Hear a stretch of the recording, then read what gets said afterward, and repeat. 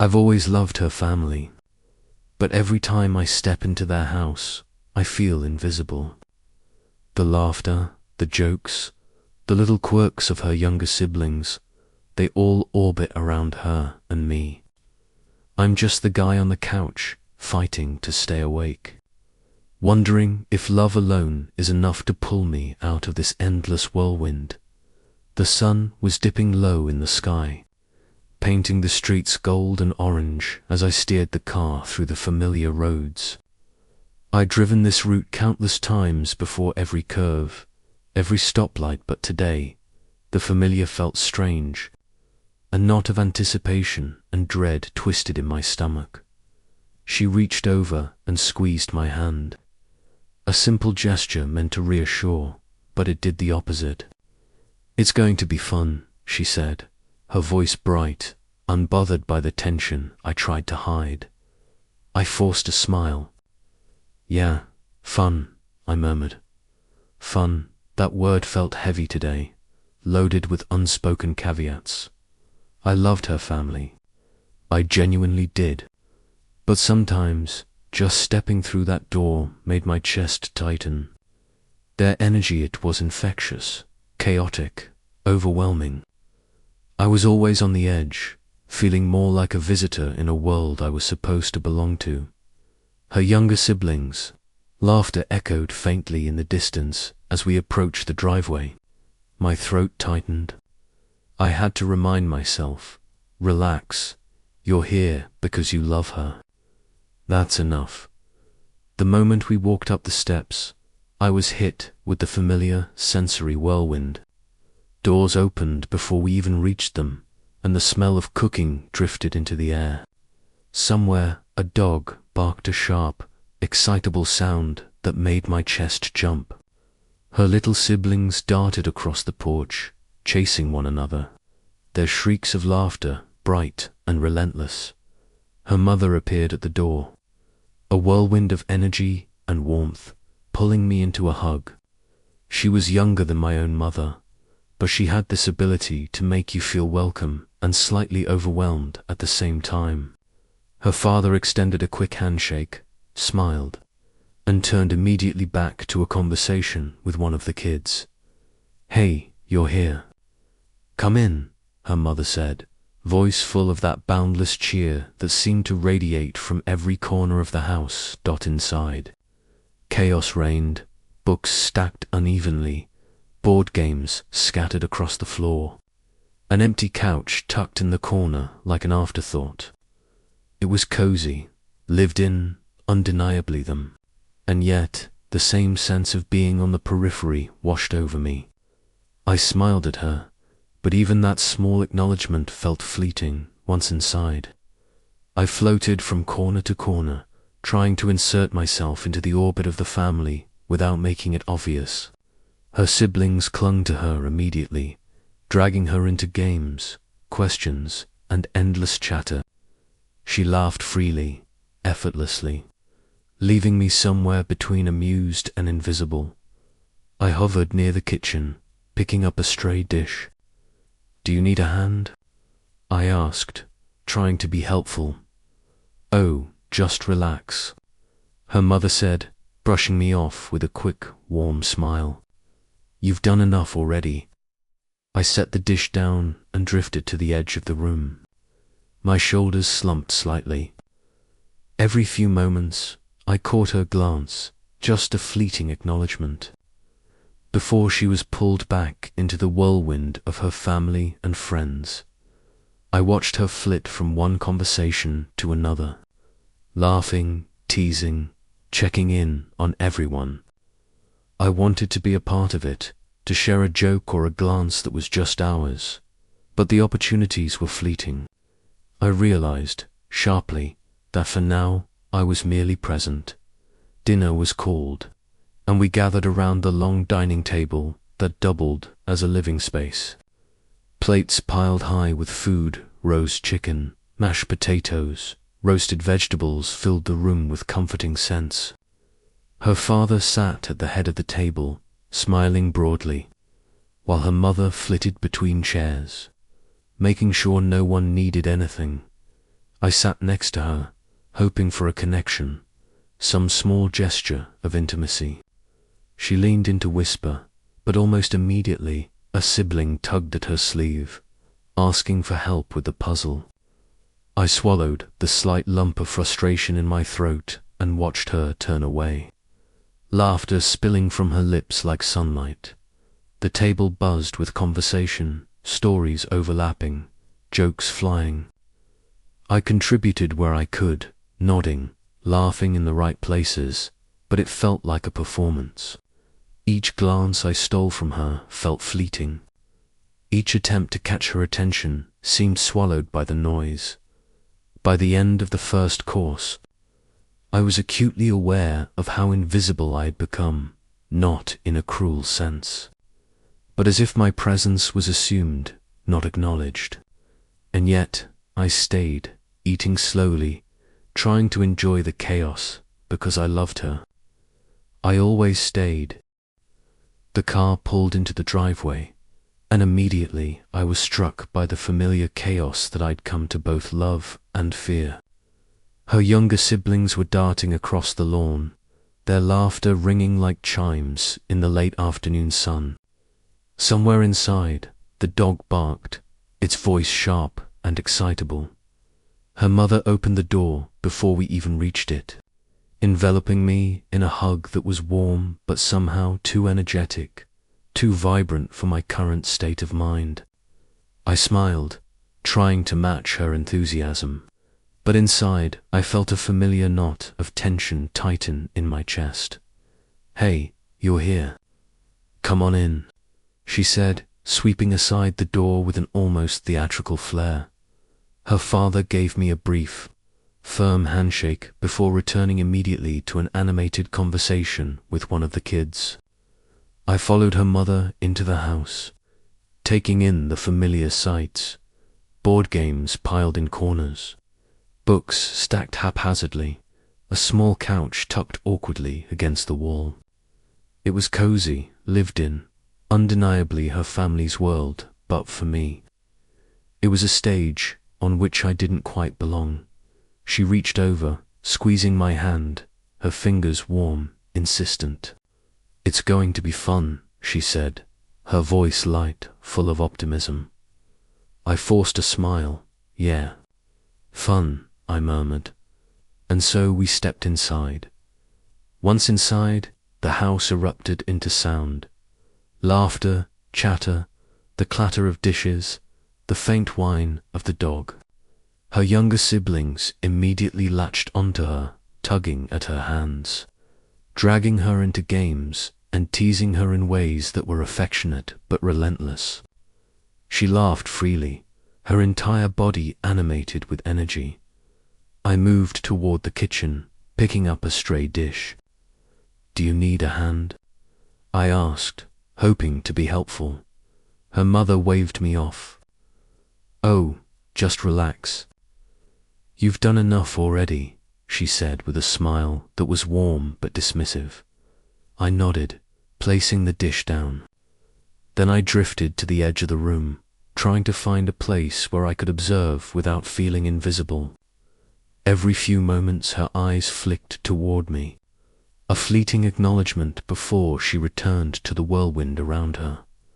Her friends began arriving, some I knew, some I didn't.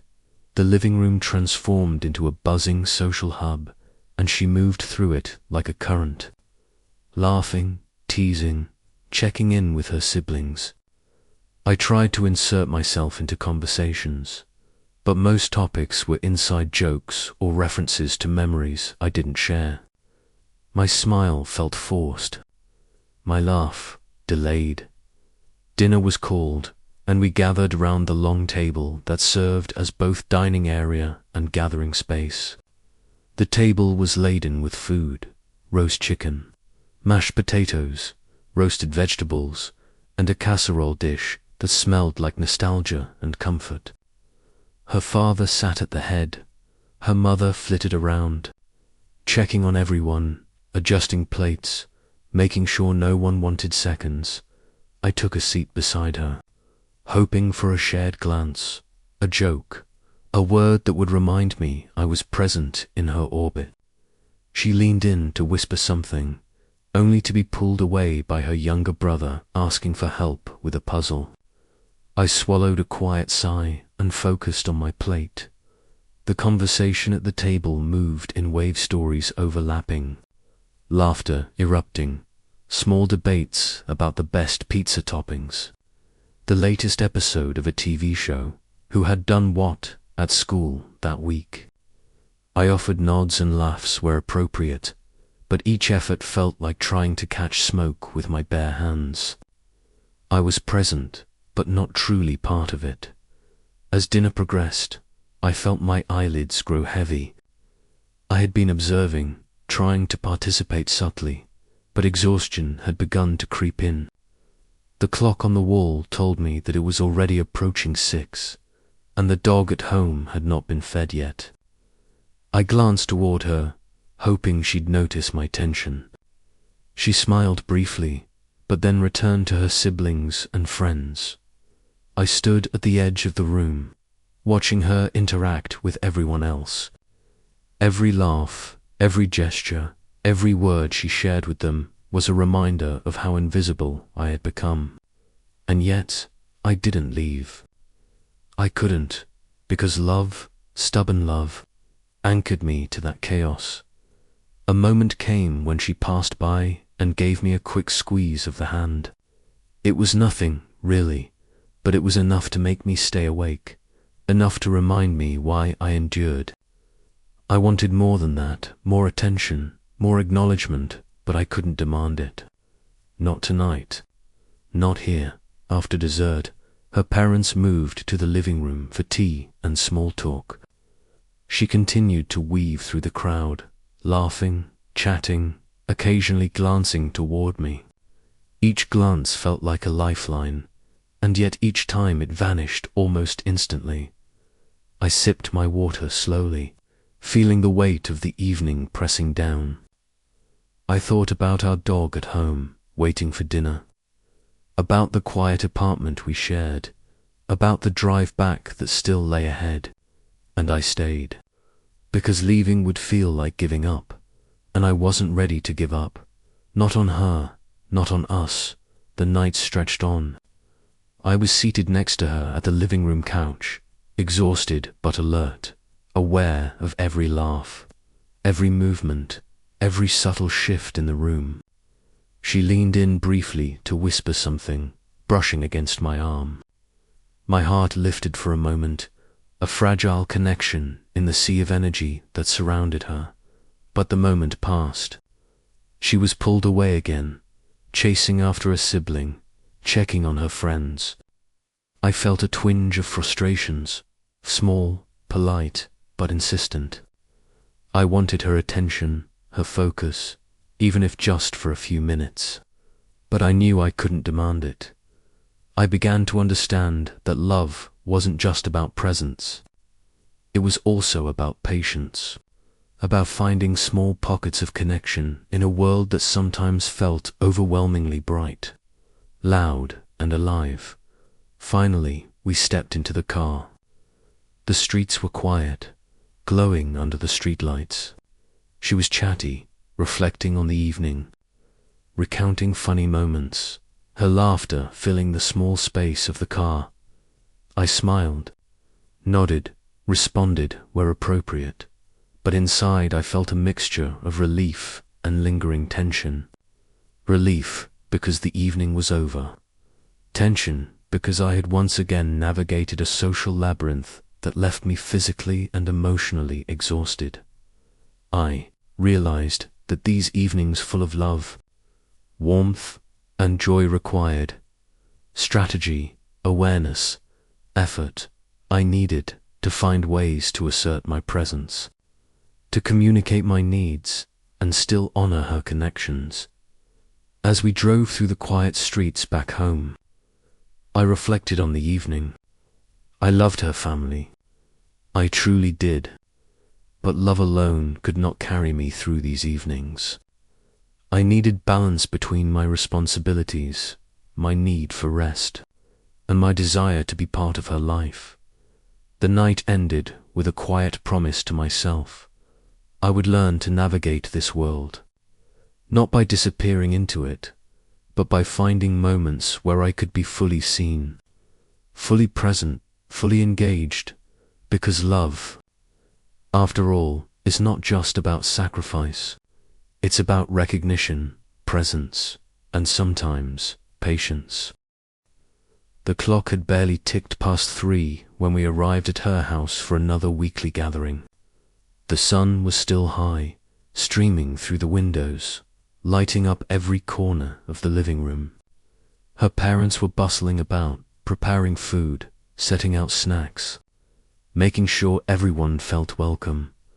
Her younger siblings were already darting around the room, shrieking in laughter, chasing one another, and occasionally stopping to tug at her dress or call her name. She moved through it all effortlessly, laughing, responding, attending to every little request, and me. I was in the corner, trying to sip my coffee without spilling it, trying to find a moment to breathe, to settle. I knew this was part of the routine. I loved that she loved them. But my eyelids were already heavy, and the thought of the hours ahead made my chest tighten. At first, I tried to ignore it. I told myself, it's just a few hours. You can handle it. But the more she flitted from her siblings to friends to parents, the more I felt myself retreating into silence. Every glance she gave was brief, every touch fleeting. I shifted in my chair, stretching my arms subtly, trying to shake the creeping drowsiness. My mind wandered to the dog waiting at home, the small, quiet apartment we shared, the simple pleasure of sitting down without 1,000 eyes on me. I leaned closer to her at one point, whispering, "I'm really tired. Maybe we can head back a bit earlier." She smiled, nodding briefly, and then, almost instantly, got pulled into a conversation with one of her friends. 45 minutes passed, and I felt my patience thinning. I moved around the kitchen, pretending to help with the plates, adjusting utensils, refilling drinks, but every action felt invisible. Her family barely noticed me. Her friends treated me kindly, but I was always just there, never fully part of the conversation. Her laughter rang across the room, bright and contagious. Every time she leaned into someone else's story, I felt a flicker of irritation and a heavier pang of sadness. I didn't want to be jealous. I just wanted acknowledgement, a shared moment, a subtle reminder that I was part of this world too. After a while, I couldn't ignore the weight on my shoulders.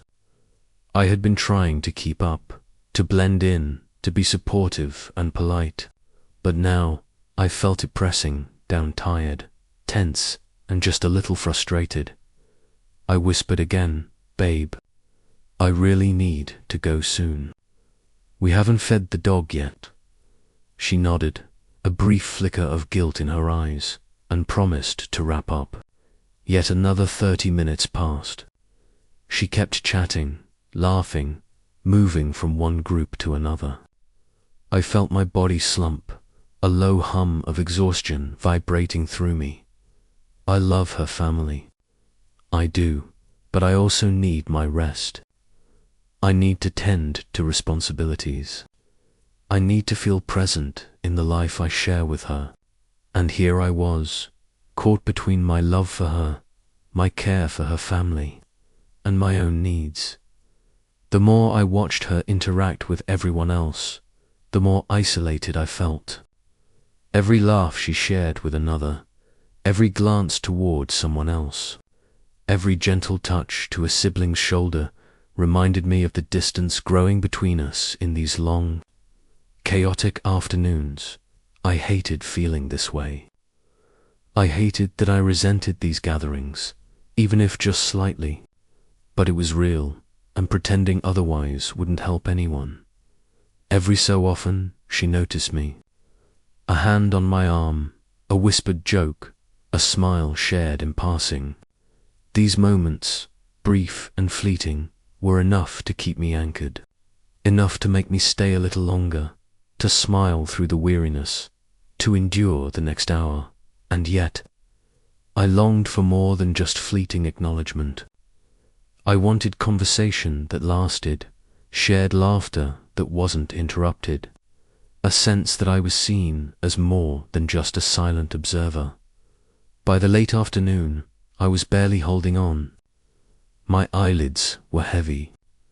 My body ached from standing, sitting, moving around. I felt myself drifting in and out of awareness. One wrong laugh, one loud shout from her siblings, could push me over the edge into sleep on the couch. I took a deep breath, reminding myself, I love her. I can do this.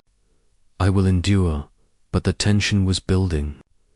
Every conversation I missed, every moment she shared with someone else without me, every glance that passed too quickly, it added weight. As we finally started to pack up, the energy of the house beginning to wind down, I realized something important. Love wasn't about losing yourself entirely.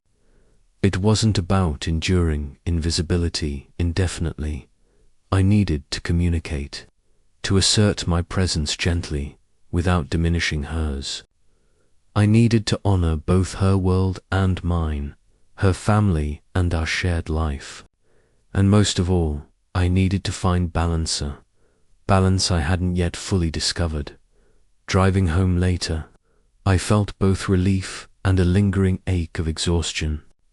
The lights on the streets blurred past, and I thought, next time, I need to find a way to navigate this world. Not just as a guest, but as a partner, fully seen, fully present. After yet another long afternoon at her family's house, I finally found a brief pocket of quiet. The living room had settled slightly. Her siblings were playing a board game on the floor. Her friends were chatting in the kitchen, and she had a drink in hand, laughing at a story one of them told. I leaned back on the couch, feeling the familiar weight of exhaustion pressing down. My shoulders slumped, my eyelids heavy. I wanted to close my eyes for just a moment, but something stopped me. I realized I had to try. I had to communicate, even if it felt awkward or uncomfortable. I couldn't continue to retreat into silence. Finding the right moment to speak was harder than I expected. Every time she turned to someone else, my words felt trapped behind my teeth. Every laugh she shared with her siblings or friends was a reminder of how peripheral I often felt. Finally, during a lull in the chaos, I cleared my throat. Hey, can we step into the kitchen for a minute? Just you and me. She looked at me, slightly surprised, but nodded. Sure, she said softly, and I followed her out of the living room. Once we were alone in the kitchen, I felt a strange mixture of relief and nervousness. I had rehearsed what I might say 100 times in my head, but now that I had the chance, my mind felt blank. I just wanted to tell you something, I began. My voice was low, careful. I love your family. I really do. I love how much you care about them. But sometimes I feel invisible, like I'm just here, but not really seen. She paused, tilting her head slightly. Her eyes softened, and for the first time all afternoon, she seemed to really focus on me. I know, she said quietly. I didn't realize you felt that way. I just get so caught up with everyone. I thought you were okay just being here. I exhaled slowly, letting the tension of the day slip out. It's not that I don't want to be here. I want to be here. I love being around your family, but after a few hours, I start to feel tired, bored sometimes, and I worry about our dog at home, about getting back, about just feeling overwhelmed. Her expression softened further. "I get it," she said. "I've never thought about how much energy it takes for you. I just assumed you'd enjoy it as much as I do." I shook my head gently. "I do enjoy it. I really do. I need to know that my presence matters too, that I'm part of this, not just watching from the sidelines." She reached for my hand, holding it lightly. "You are part of it. You're part of me, which means you're part of all of it. I'm sorry if I made you feel invisible." It was a small gesture, but it hit me harder than I expected. That one acknowledgement, that simple touch, bridged a gap I hadn't realized had grown so wide over the hours. We stayed in the kitchen a few more minutes, talking softly, setting boundaries gently when we would go home, when I needed rest, and how we could balance time with her family. We returned to the living room together, and I felt a subtle shift. My shoulders were still heavy, my eyelids still tired, but now there was a lightness, a small but meaningful recognition that my needs mattered. Too, she smiled at me across the room, a small nod, and I smiled back. It was enough. For now, it was enough. The rest of the evening continued, but I felt less like a shadow on the wall and more like a participant. Every laugh she shared, every story she told, every glance toward me held a bit more awareness.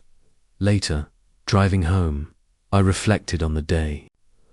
I had spoken my truth, shared my exhaustion and vulnerability, and been met with understanding.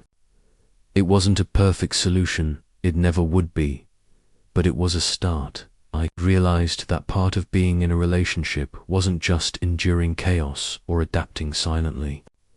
It was about communication, about expressing needs without guilt, about claiming space in someone else's world without overshadowing it. And most importantly, it was about being seen. By the time we pulled into our quiet apartment, I felt lighter. The drive had been calm, punctuated only by soft music and the hum of the engine. She reached over, squeezing my hand once more. "I'm glad you told me," she said softly. "Me too," I admitted. "I think we can figure this out together." It was a small victory, but it mattered. It was a first step toward, navigating her family, our shared life, and my own needs with honesty and patience. For the first time in hours, I didn't feel invisible. I felt like a partner. The morning after our long visit, sunlight filtered gently through our apartment windows. The dog padded softly across the floor, nudging at my legs, demanding breakfast. I smiled, the familiar routine grounding me in a sense of normalcy. I poured coffee, inhaling the rich aroma. She appeared in the kitchen, barefoot, hair tousled, rubbing sleep from her eyes. We exchanged a quiet smile. A simple acknowledgement of the previous evening, the tension, the talk, the small victories. "I'm really glad we talked last night," she said softly, reaching for her mug. "Me too," I replied. "I feel lighter." It was a subtle shift, but in that calm morning light, it felt significant. Later, we discussed strategies for future visits to her family. How long we would stay, when to step away. How to ensure I didn't feel invisible while still respecting her connection to her family. We could set a timer, I suggested half-jokingly, like, "We're leaving at 5. Max, that way I can feed the dog, we can relax. And nobody gets offended." She laughed, nodding. "I like that. And I'll check in with you more, make sure you're okay, not just physically, but emotionally." It felt like a mutual agreement, a plan that honored both our needs. It wasn't perfect, but it was a start. A week later, we visited her parents again. This time, I felt a subtle difference. The plan we discussed was in place, and she consciously included me in conversations, making sure I wasn't just an observer. Her younger siblings still clung to her, still laughed loudly, still ran around, but now I noticed moments when she introduced me into the games, invited me to participate in jokes, or glanced back to check if I was enjoying myself. I smiled quietly to myself, feeling a rare sense of belonging. It was gradual, nuanced, and required patience, but it was real. Throughout the afternoon, our silent communication became a rhythm. A hand squeeze here, a shared glance there, small gestures acknowledging each other's presence amidst the chaos. It didn't erase the noise, the laughter, the whirlwind of a family, but it provided a steady anchor. I realized that being seen wasn't about dominating attention. It was about mutual awareness, about tiny moments of connection threaded through the larger tapestry of her life. Driving home that evening, I reflected on how far we had come. The tension of previous visits, the fatigue, the feelings of invisibility, they were still there, but manageable. We had learned how to navigate the delicate balance of her world and ours. I felt proud of our ability to communicate honestly, to assert needs gently, and to find moments of intimacy amidst family chaos. Love, I realized, wasn't just about enduring, it was about growing together, finding balance, and creating space for both people in a relationship. Back in our apartment, the dog fed and settled. We sat together on the couch. She leaned into me, resting her head on my shoulder. I wrapped an arm around her, feeling the warmth and simplicity of the moment. "Thanks for understanding me," she murmured. "Thanks for noticing," I replied. It was quiet. It was ordinary. And yet, it felt monumental. Through weeks of dinners, chaos, and emotional navigation, I had learned that relationships required more than love. They required patience, communication, and mutual awareness. It wasn't about perfect evenings or flawless integration. It was about small victories, incremental understanding, and the courage to voice one's needs without fear of judgment. And for the first time, I felt we were moving in that direction together toward a balance where both of us could thrive, individually and as partners. As night fell outside our window, the city lights twinkling softly, I realized something important. Love is messy. Family gatherings are loud. Chaos is inevitable. But with honesty, communication, and care, it's possible to navigate the storm without losing oneself. I looked at her, smiled, and thought, this is us. Not perfect, not flawless, but learning, growing, together. And for now, that was enough.